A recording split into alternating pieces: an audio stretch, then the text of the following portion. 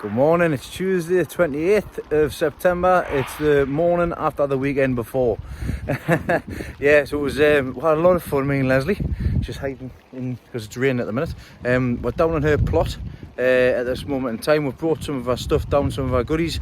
She's getting some rose trees and stuff like that, which I'll show you in a second. And we'll have a quick look around what's happening on her Leslie's allotment as well, because she's got some lovely flowers on the go, yeah? So I'll just do a panel of the garden as it stands from the bottom corner here. As you can see, she's got all her dahlias there.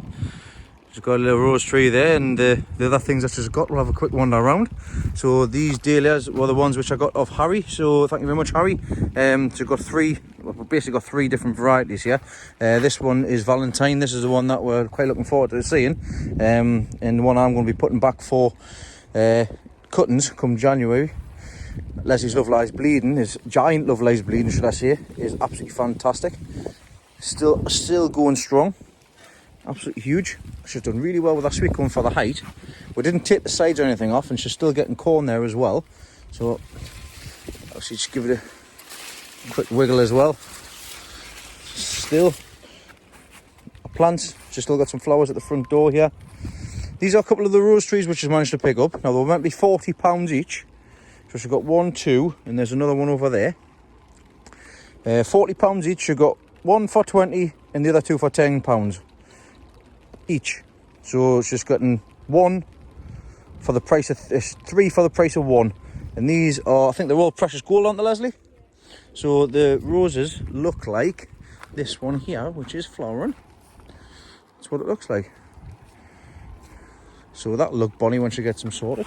But currently, barring the dahlias, she's got these roses in here, which she put in. She saved some, and she had some from home as well. You saved some from outside your mum's flats, don't you? So they're the ones that were saved from outside of Leslie's mum's house, because the council were digging them up, or the people who did the landscaping were digging them up. Yeah, rose tree here, Lesley. It's growing another 2 shoots, isn't it? It's growing shoots, but there's still some lovely flowers on there. Let's say Leslie's going to be right keen into our roses come next year, with the inspiration she's getting from Neil Duncan. Once again, thanks Neil for your hospitality and take the time to speak with Lesley and giving us some pointers and tips. She's going to be filling that bed up full of all her new roses.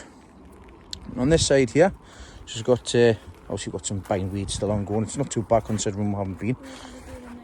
Roses are going into here as well. She's got lavender, and also the, what's this called, flamingo?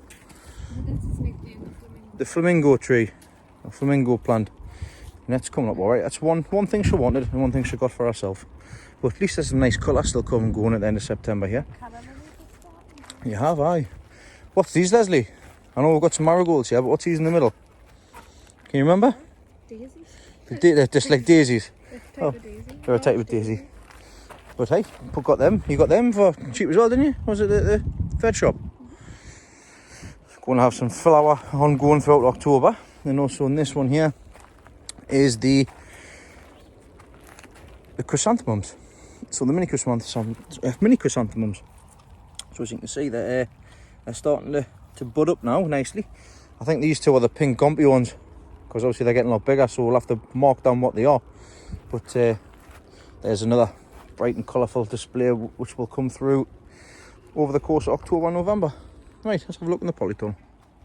Into the polytunnel. She has some, obviously our peppers are still ongoing there. Got some red onions to pull. Leeks. They haven't done too well in the pots, but consider we just threw them in. It was a try. Got our cucumbers here. Hey, you think you are? Hey, you think you are growing big cucumbers? It's like it runs in the family or something. So we've got plenty of tomatoes on here as well. There's some tomatoes here, all going crazy. There's some red ones under there, is there? Yeah. Oh, so there is. Oh, so there is, aye. Oh.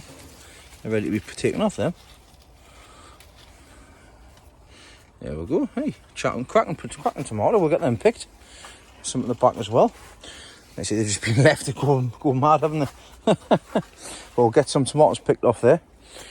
Nothing yet in this bed, and obviously we need to do a bit of tidying up with the marigolds in here. But here's a couple of the things that she did get as well before she took in the shed. She got some freebies, and also fill a bag for £10. So there's some Apollo. Just got ourselves some chard from the canner guys. Now I'll take in the shed here and we'll have a look at what else she's picked up. So in our tea shed, she's picked all of these goodies up as well. You picked some of these up for free, didn't you? Yeah, well, fill a bag for £10. Fill a bag for £10. So these will all come up nice. She's got that rosemary from the canner guys. And obviously this decorative lettuce. And also some thyme as well, so a little herb section. And unfortunately this thing snapped. What's this? So it's delphinium. There's a delphinium there as well. But hey, she didn't do too bad. What's in here? Oh, all the bulbs. So also, we've got a cracking deal on the bulbs as well, as you've seen. 30 bulbs for £10. So she's getting loads and loads of tulip bulbs, which she'll be getting them put in for long, so that she can just forget about them until they show a lovely display from March and April. Lesley lilies. I've got some Lesley lilies. What's Lesley lilies? They're lilies called Lesley Woodcroft. Oh, very nice, very nice. But you've done alright, haven't you? Yeah. Done alright, and it'll not be long before we get the fire on as well, but not quite yet, 1st of October. But anyways, this is Lesley's plot. We'll be heading out to mine so I can drop the giant veg that I picked up as well, because it's no good in the car. I've actually got to pop over and see Steve, because Steve's here, Dahlia Steve. He's been messaging me as well, because he wants to do some giant stuff.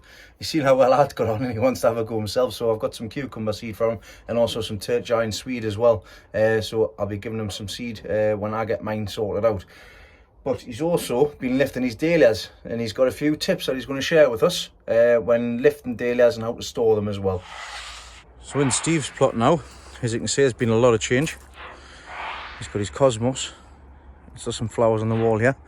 His cosmos is from a pack of wildflowers, and that's the same height as me. So it's about 5'10", and it goes all the way down the back there. It's a lovely display, lovely display. Got the rose trees and the willow, the geraniums going on forever. But as you can see, the biggest change in here has been the dahlias. So he's taken all of his dahlias out. All the beds are turned over. The beds are repaired as well. He's got some repair work done. And obviously down the side as well, he's taken all the glads out. Everything set back, everything tidied, ready to go and ready to start again. Come for next year. He has left a few pom-poms in over there, which he's going to leave in over the winter. But it's still nice to have a little bit of flower in here. He's just recently built this tiny little bed. But anyways, let's go see if we can find him. I thought Steve was a friendly chap.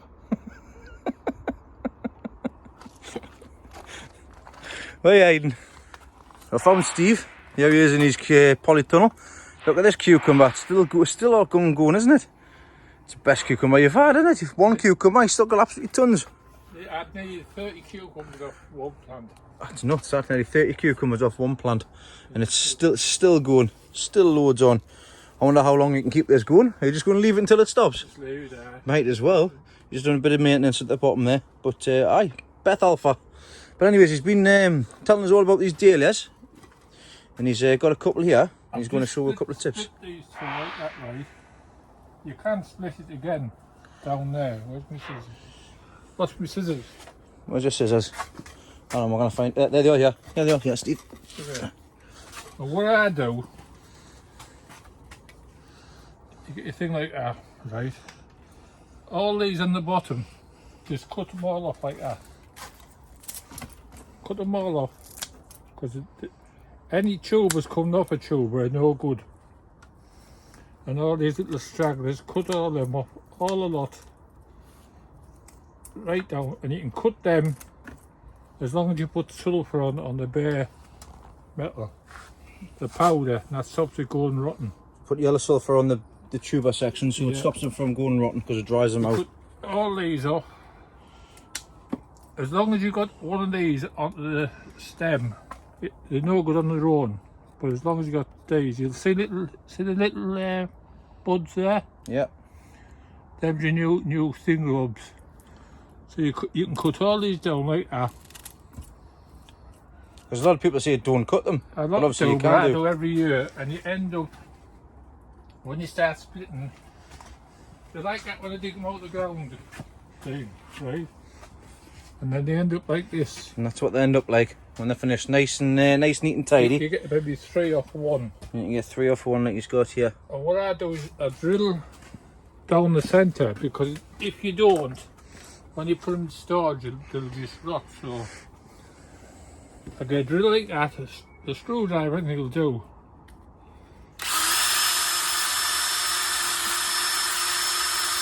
Look at the water coming out. You see all the water that comes out. And then you turn upside down like that. And let gravity do the rest. Leave it for a week and it'll dry out.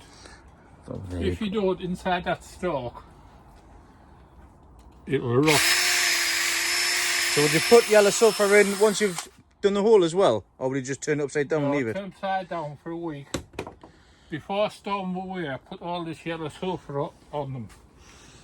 Where I put the dry that is. So once it's dry, because it will dry out, then once it's dried out, just put sulphur all over them.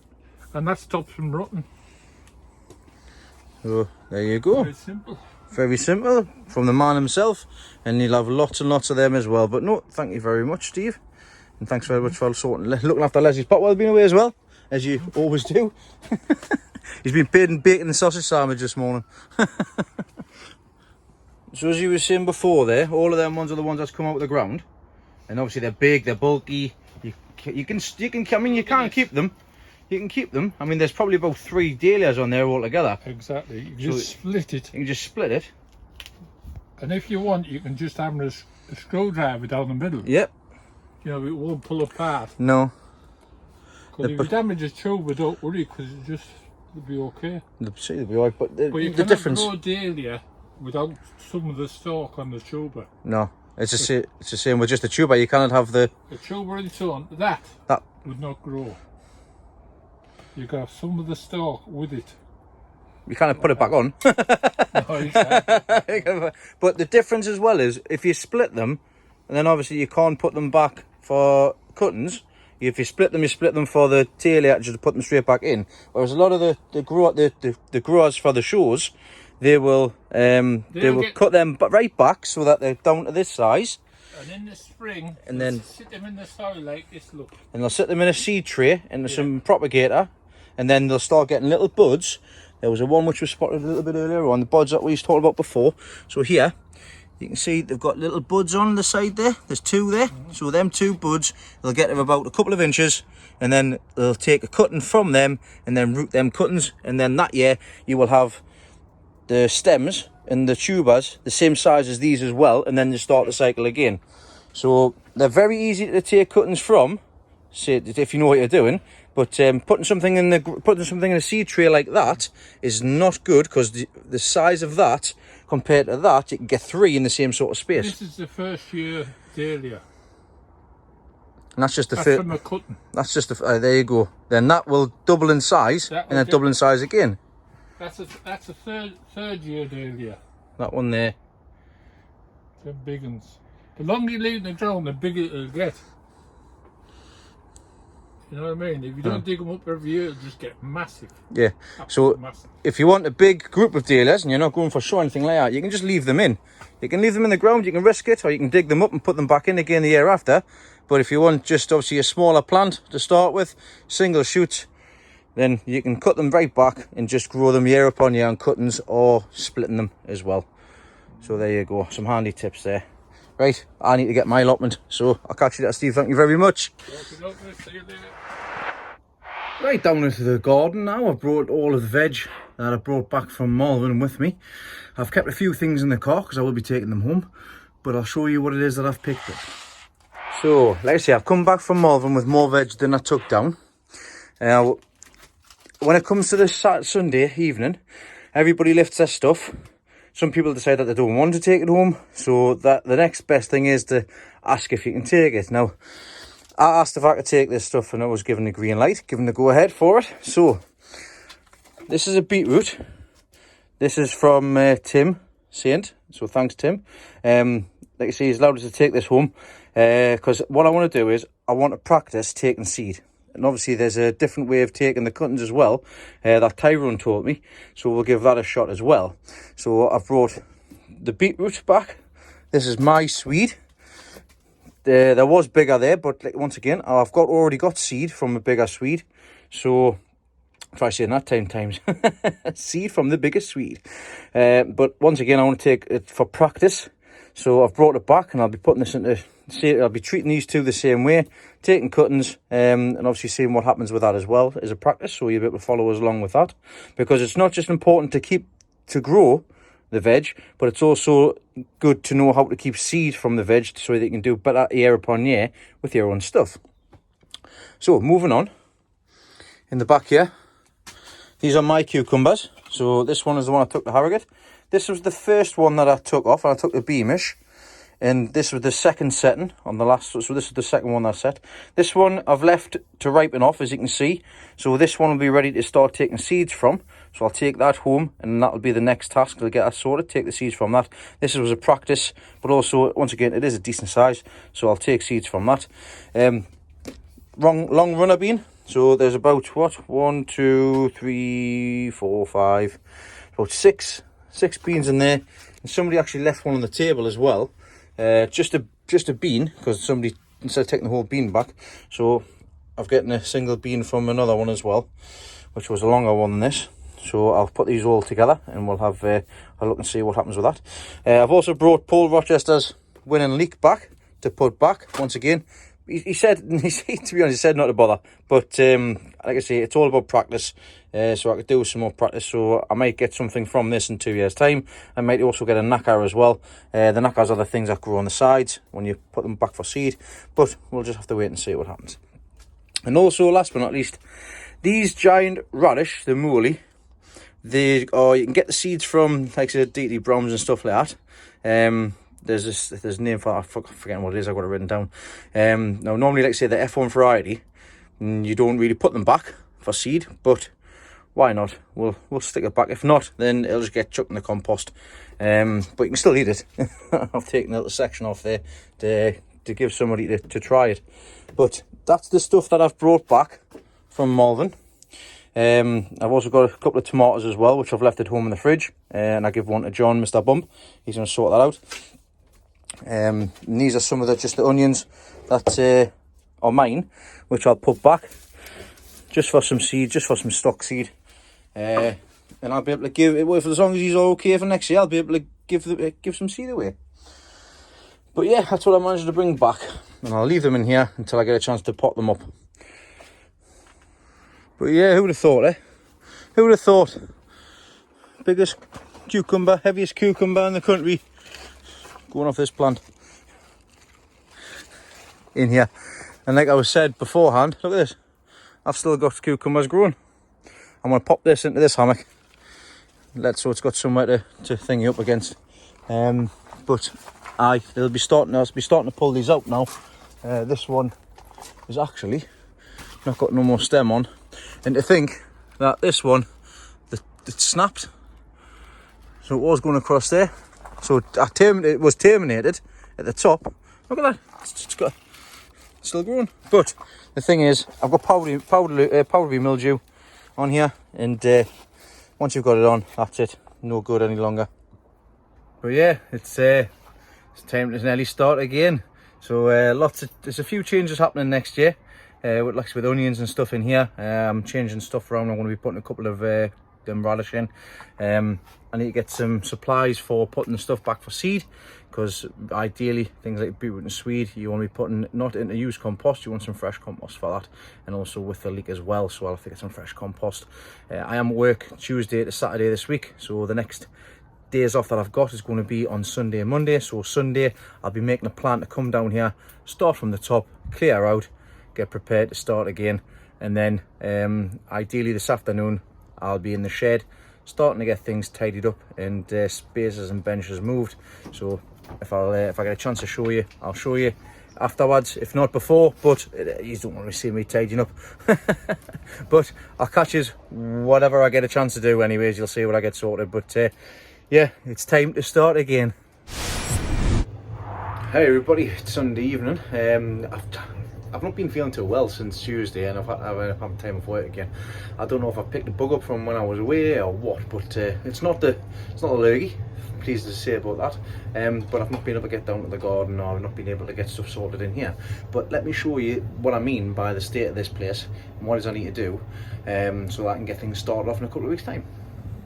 So since basically I shut the whole shed down, this has just been used for the tumble dryer basically. I've got to take them clothes in, them clothes are clean. But what I've got to do is I've got to get this cladding moved, I've got to get that carpet moved, so that I can actually get access to one side.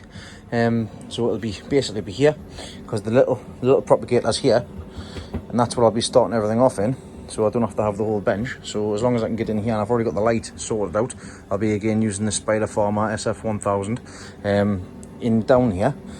Then once that's all sorted, I'll then progress on that way and work my way around. But what I need to do is I need to get in here, I need to get this sorted out. It won't take long. I just need to find new homes for these two big pieces, two items. But that's where I'm currently standing at the moment. I need to get in here, shift this stuff, give it a good clean out with some sprays and stuff, and then once that's done, I can then start getting everything sorted. But yeah, I said I'll show you the good and the bad. Well, at the minute this is the bad. It's an absolute pigsty, but I will get it sorted out. I will get it done. I'm off next weekend, and I'm actually off tomorrow as well, so I might see if I can get a start with this tomorrow. It doesn't matter what I'm feeling, I need to get up and get something sorted out. So yeah, that's what me done and dusted. So a couple of handy things have been mentioned in regards to obviously Dahlias from Steve, so thanks again Steve for your words of wisdom and advice. I've been in the house and I've getting all my seeds and everything sorted out while I've been basically down, so I've got all my seeds ready to go. I need to get them all marked and stuff, then like I say, I'm pretty much for now ready to go. I've got some exciting news in the pipeline. I'm not quite there yet to be able to explain it to yourselves, but like I say, look out for some possible good news for the northeast anyways. I can't tell you anymore actually till it's confirmed, but like I say, it's something I'm going to be involved in, heavily involved in, and for me it's a big challenge, so we'll see what happens. But yeah, from me, from this week, thanks very much for watching, thanks everybody for liking and subscribing, and I will see you all next week. Hopefully I feel a lot better, and this shed will be looking a lot different.